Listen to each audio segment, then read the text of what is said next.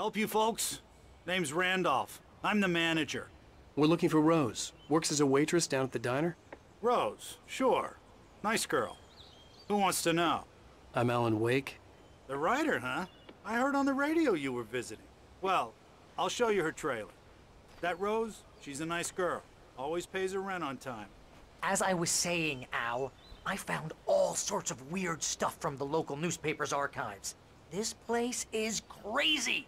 Disappearances, mysterious deaths, urban legends come true, and get this, most of this stuff takes place around Cauldron Lake. Well, you ain't wrong, mister. The Indians thought the lake was a doorway to the underworld.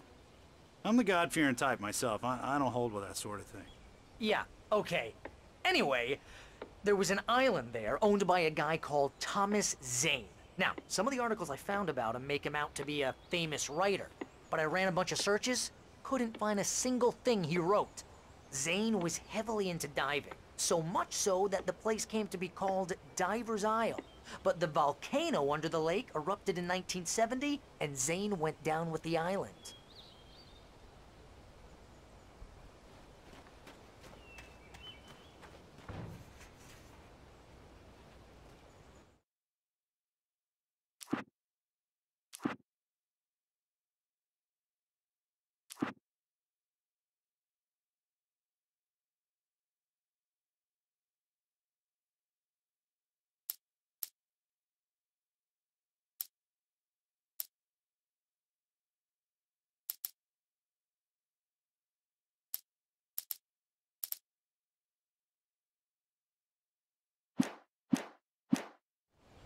Come on, mister. I'll take you to Rose's trailer.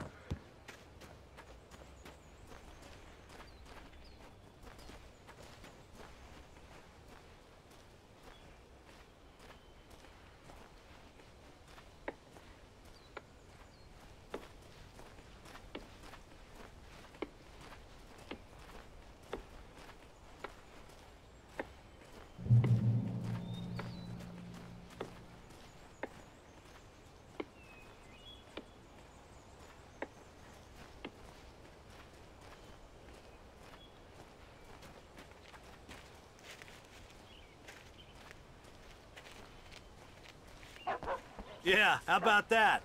It was there in the morning, as if it had fallen from the sky. But it would take a tornado to lift something like that. We're damn lucky it didn't crush any of the trailers.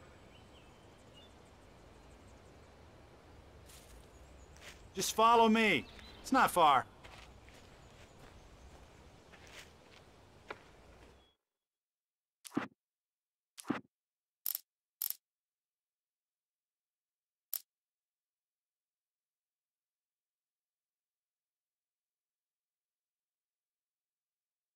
Sarah didn't care about the legal threats Wake's agent had made. She let Wake go without argument, because there was something about him she couldn't quite put her finger on, something that reminded her of her father. She didn't think...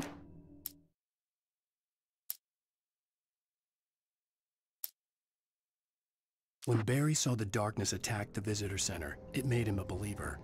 The men Al said he'd shot, they hadn't been just locals on crank. Somehow the world had changed. Like the channel had been switched without warning. You think you're watching a sitcom, and you're really watching a horror show. When the birds started attacking the cabin, Barry wasn't surprised, just terrified.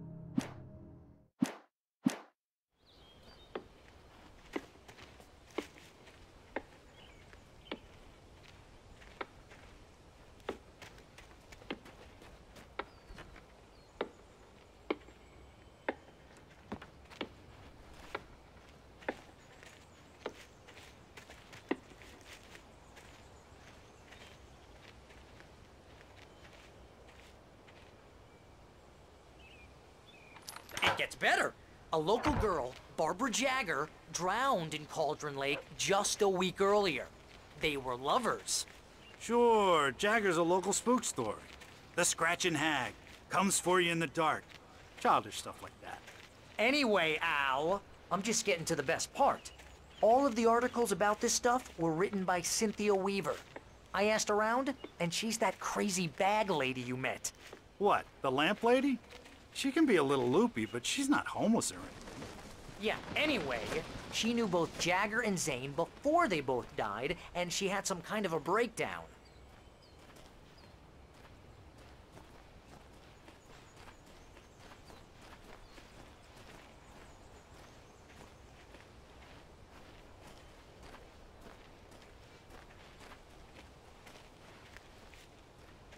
Well, mister, this here's Rose's trailer.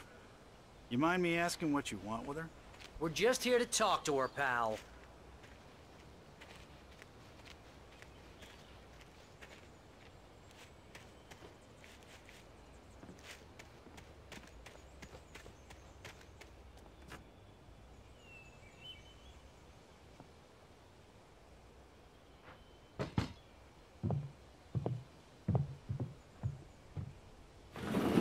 Welcome to... Oh dear, Mr. Wake. I'm so glad you're here. Rose, you have my manuscript? Oh. Oh yes. Yes. Please, come in. Hey, this is really good. Rose, Yes, my manuscript. I really need it. I understand. I know what you need. A muse to inspire you. Oh, for Barry? She doesn't have anything. Yeah, hey, Al? Oh, what's... Oh... Barry!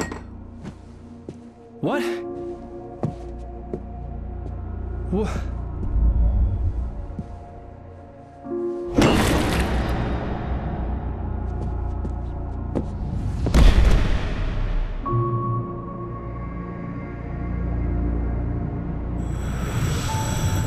It's coming for you, hiding in my barber's skin.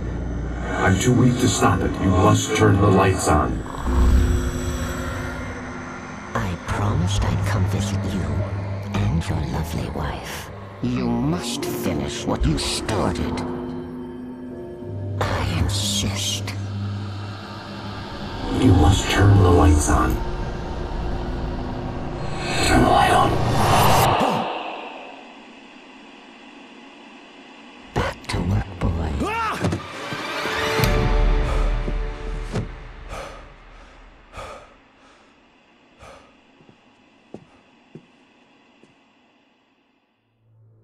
I felt nauseous, hungover.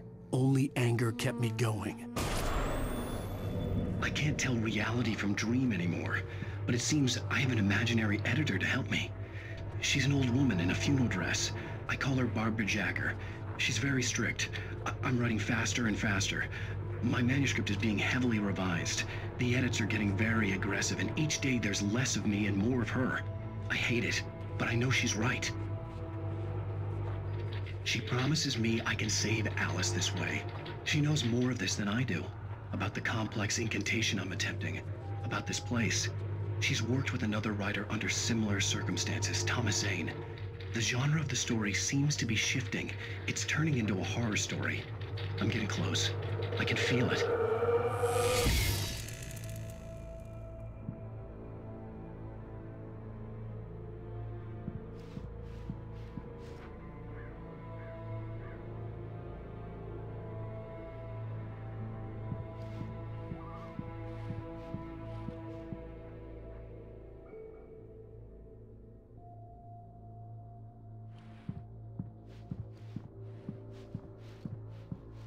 Rose took a day from me. I had less than 12 hours left to meet the kidnapper. All I could do was get Barry into the car, work something out once I got on the road.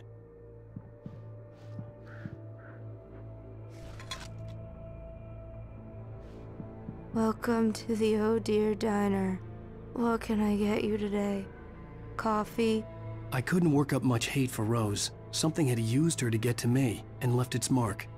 First refill is free. Milk and sugar on the counter there. Would you like to hear today's specials? Thank you. A nice day. Come back soon.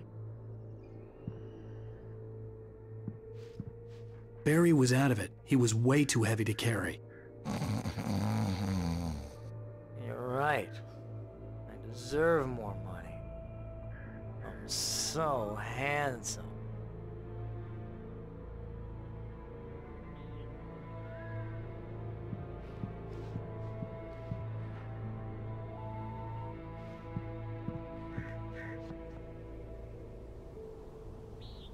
My gun and flashlight were gone. I'd have to find a way to get Barry into the car as quickly as possible. There was no time to waste.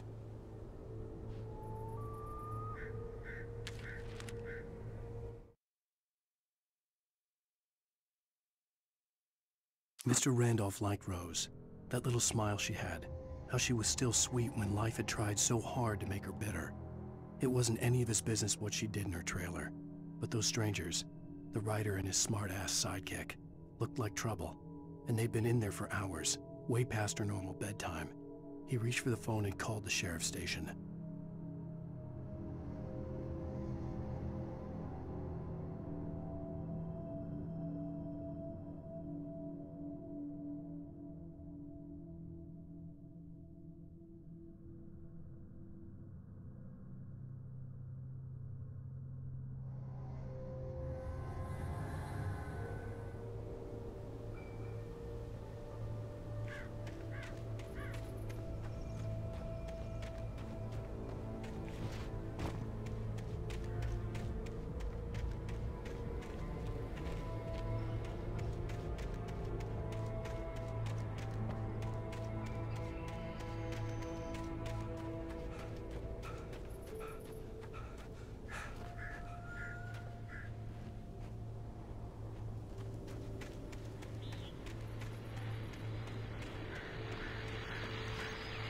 I just stepped outside to catch a breath of fresh air. Let me tell you, the weather's getting heavy.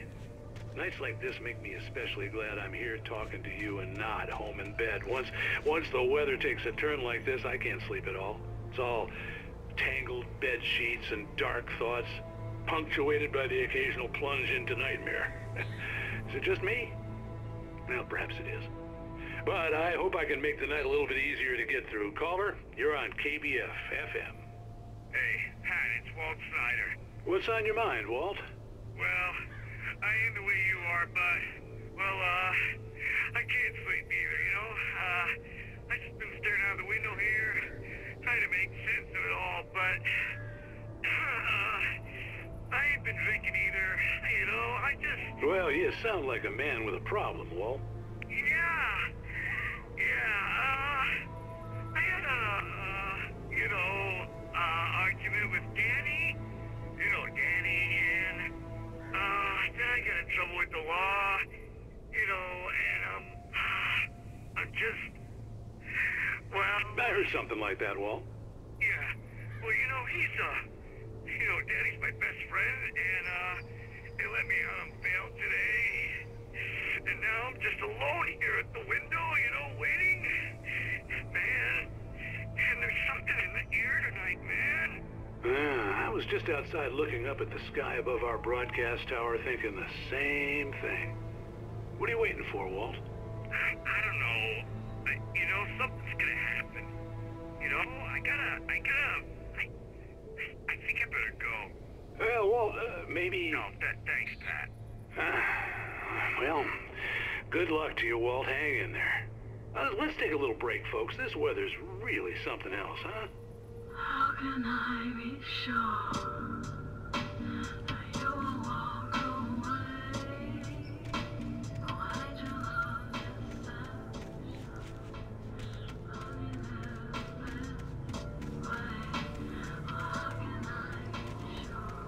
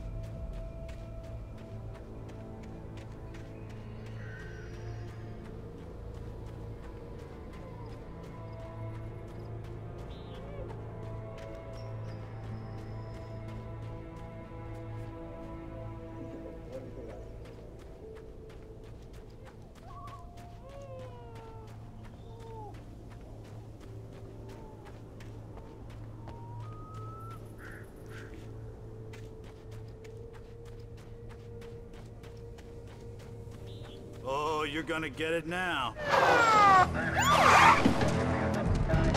God knows what you've done to that poor girl. This is Agent Nightingale, FBI! Get him up, Hemingway! You're under arrest! You move a muscle, I'll unload right in your goddamn face! Stay right where you are, Spillane!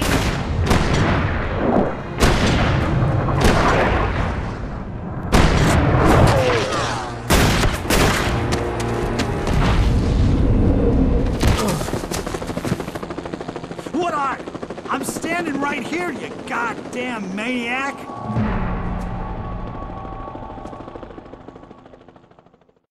I hated to leave Barry behind, but there was no way I'd miss my appointment with the kidnapper. Give it up, Mr. Wake! Come on! Get after it! Don't let him get away! Move it! Move it! Move it! I'll have your chance if you let him get away!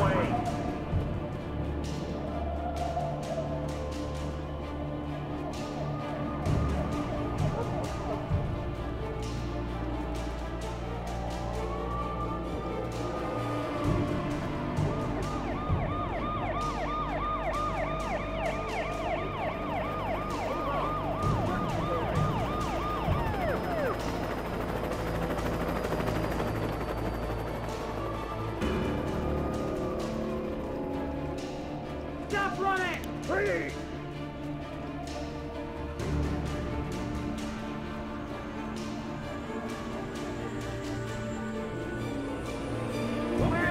Keep your eyes peeled. He's gonna try to make it through here. Oh, damn. Fan out! Move it! You're not away! I'm on!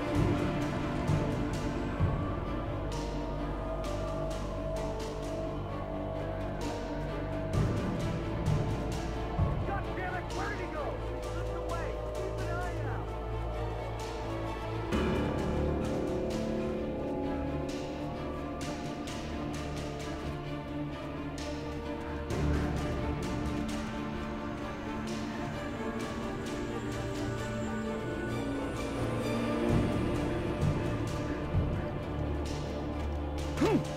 He's gone.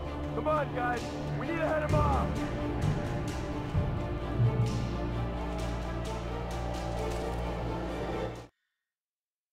For decades, the darkness that wore Barbara Jagger's skin slept fitfully in the dark place that was its home and prison. It was hungry and in pain. It dreamed of its nights of glory when the poet's writing had called it from the depths and given it a brief, terrible taste of power and freedom. The rock stars had stirred it from the deep sleep the poet had sunk it back to in the end. When it sensed the writer on the ferry, it opened its eyes.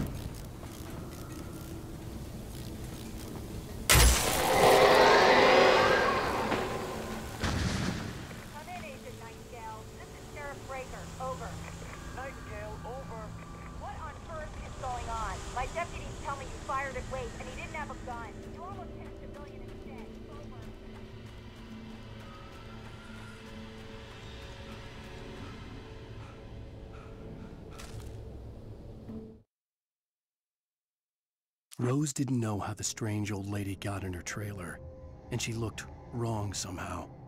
The woman showed her teeth in an approximation of a smile and traced a finger down Rose's cheek. "Pretty girl," she said. Rose felt as if she was falling asleep, but her knees didn't buckle. The crone spoke in a whisper, her words ice cold and dark in Rose's ear.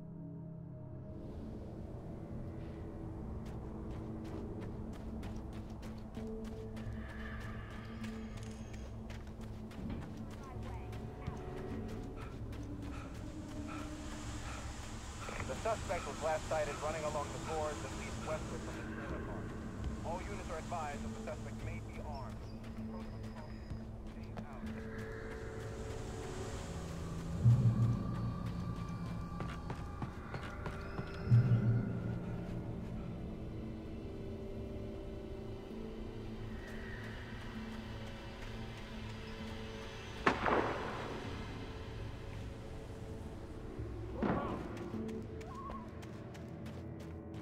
Search the area!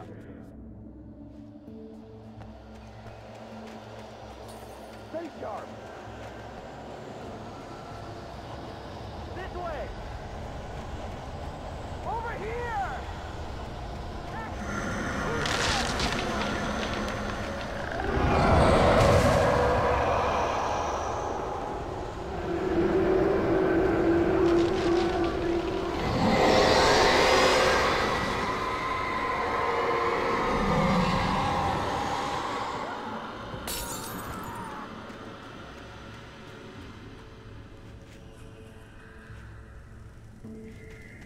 This horror was everywhere I went, circling me. The cops didn't stand a chance. They were after a writer, not a monster. Agent Nightingale, I've lost contact with person Lynn you assigned to me. It's Wake's doing. Wait, are you seriously telling me that geek writer just took out my deputies? Are you kidding? I mean, have you seen this guy? He wears a tweed jacket. Over. He's the guy we're chasing. If it's not him, who then? Bigfoot? Over. I don't know yet, but I'm not in the habit of jumping to conclusions. That tends to come back and bite you in the ass. Out.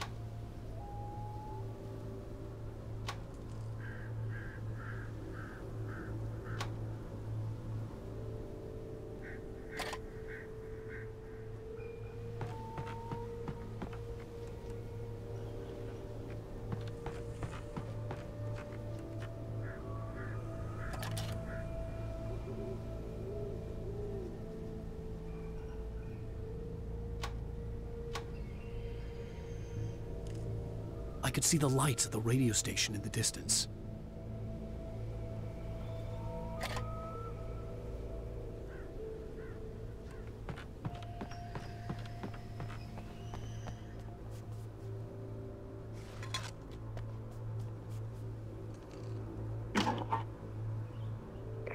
This is James. Mulligan, Thornton, come in. Over. Thornton here. James, we got both Wheeler and Rose in custody. They didn't put up a fight or anything. Why, they were... Hey, what you... Come on! Sit down and give me that. James, Mulligan here. Over. Go ahead, Mulligan. Over. We got Wheeler and Rose here. Wheeler's drunk or hopped up on something.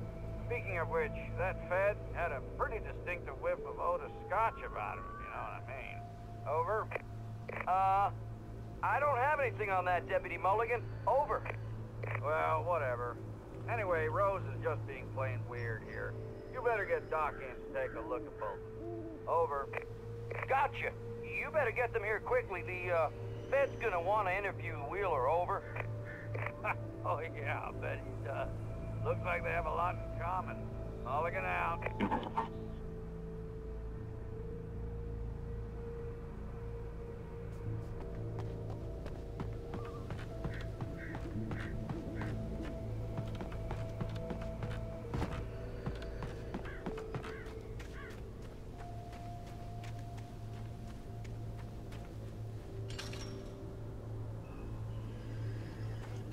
I imagined that the broadcast tower in the distance was part of the local radio station. Maine seemed like a decent guy. Perhaps he could give me directions to the coal mine.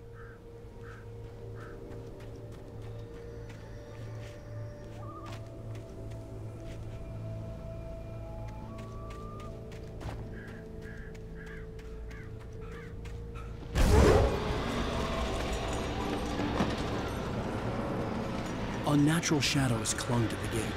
The darkness that was after me was trying to stop. I wouldn't get through that.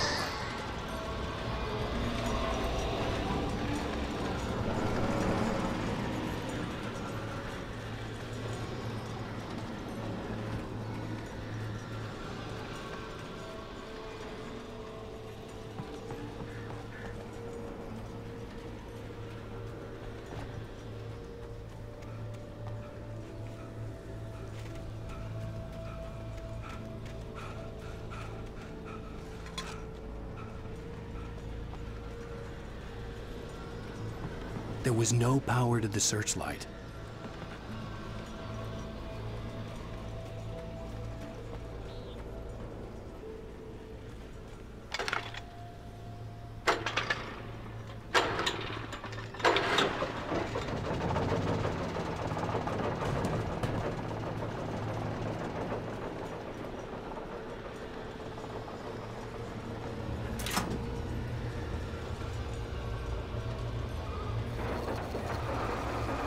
The old generator conked out. I'd have to see if I could fix it and try again.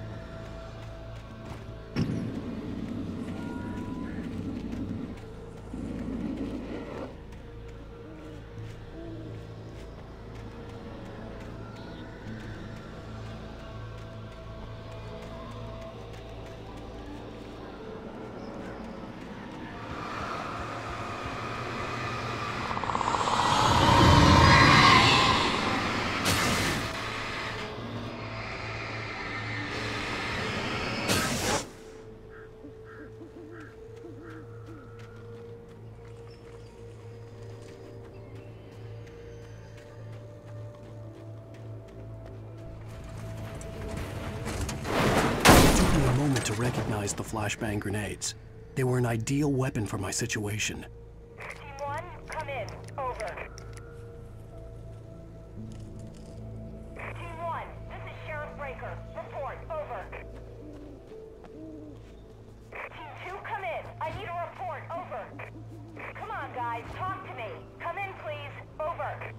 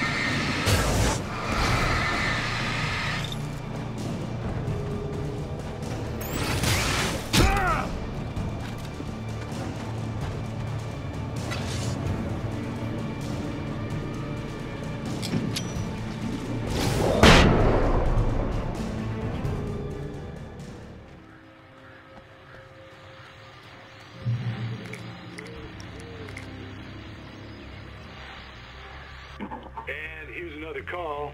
You're on KBF-FM with Pat Maine. It's Milt Peabody, Pat. What's on your mind, Milt? Well, I live near the trailer park, Pat, and there's a big ruckus going on over there. Well, that's just up the road from me, too. What's going on, do you know? I don't know, but there's a bunch of police cars there, lots of sirens, a helicopter buzzing around, and I think I heard some gunshots. Gunshots? Yes, sir, like from a pistol. So can you find out what's going on? Because it's just next door and they're popping off guns there. They're still shooting? No, it was maybe 10, 15 minutes ago. It sounds serious, Pat. I'm telling you, it don't sound like no party. Well, I'm certainly going to give the station a call, Milt. Okay. You'll hear it here as soon as I hear from them. Okay, thanks.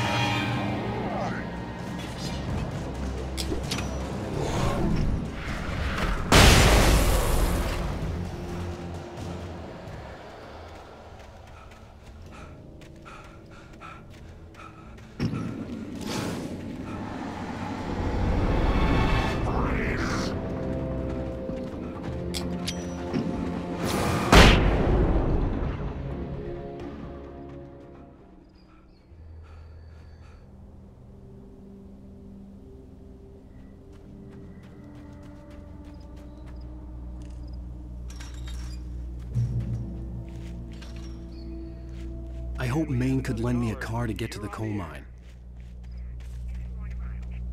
Why, hello, Lorna. What do you have for us? Well, I just don't see why the cops bother with the trailer park. What do you mean? It's a trailer park. Of course you're going to have trouble in a place like that. I mean, what do you expect? The sheriff should be helping us normal citizens instead of wasting resources on those people. Well... Let the trash sort themselves out. I'm sorry, but my granddaddy settled in Bright Falls in 1911. Well, thank you very much for that, compassionate viewpoint, Lorna. How can I be sure that you'll walk away?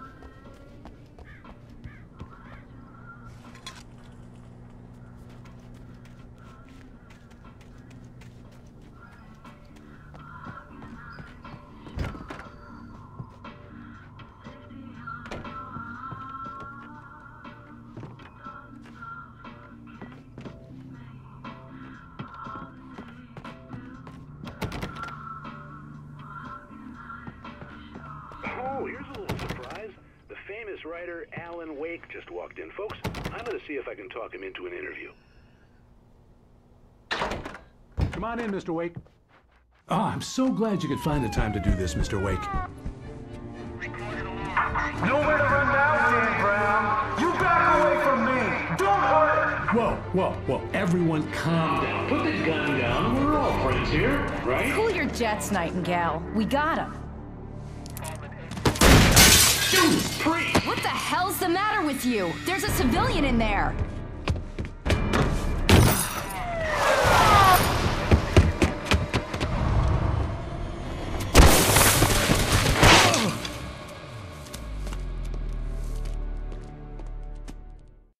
I'll get you yet, even if it kills me. You hear me? You hear me, H.P. Lovecraft? I had fallen off so many cliffs it was ridiculous. That's what you get for naming a book The Sudden Stop. It was probably good I hadn't had the chance to tell Maine where I was going. I'd have to lose the cops and find my own way to the mine.